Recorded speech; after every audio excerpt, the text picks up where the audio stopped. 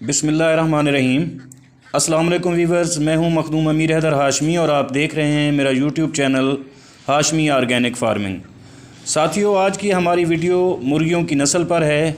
साथियों, जैसा कि आप जानते हैं सर्दियों की आमद है और सर्दियों में हमेशा हर घर में अंडों की ज़रूरत पड़ती है, बल्कि अंडों की खपत बहुत ज़्यादा बढ़ जाती है।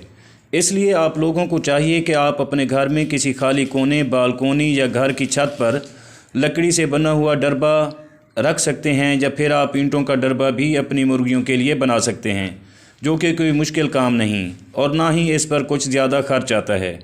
दोस्तों, मुर्गियां हमें गोश्त और अंडे देने का एक सस्ता ज़रिया हैं, लेकिन हमारे मुआशरे में ज़्यादातर गैर मुल्की नस्ल की मुर्गियों को तरजीह दी जाती है और अपने मुल्क में जो मौजूद देसी नस्ल की मुर्गियों को यकसर नज़रअंदाज कर दिया जाता है, जो कि अच्छी बात नहीं है। अज़ीज़ वीवर्स, बहुत से लोग गोल्डन और मिस्री मुर्गियां अंडों के लिए और गोश्त के लिए पालते हैं और बहुत कम लोग हैं जो अपनी मकामी देसी नस्ल की मुर्गियां पालते हैं। आज मैं आपको इस वीडियो में बताना चाह रहा हूं, या ये बताऊंगा कि आप किस नस्ल की मुर्गियां पालें और वो आपको क्या क्या फ़ायदा दे सकती हैं। तो साथियों, मेरा मशवरा ये है कि आप गोल्डन और मिस्री और बाकी नस्ल की मुर्गियों को छोड़ें और सिर्फ़ अपनी मकामी नस्ल की देसी मुर्गियां पालें।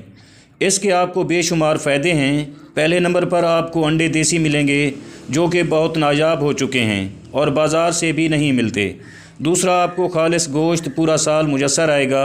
और तीसरा, जब सर्दियां ख़त्म होंगी तो ये मुर्गियां कुड़क होकर अपने अंडों को हैच करेंगी, जिससे आपको नए चूज़े मिलेंगे, जो आने वाले साल में आप अंडों के लिए तैयार कर सकते हैं।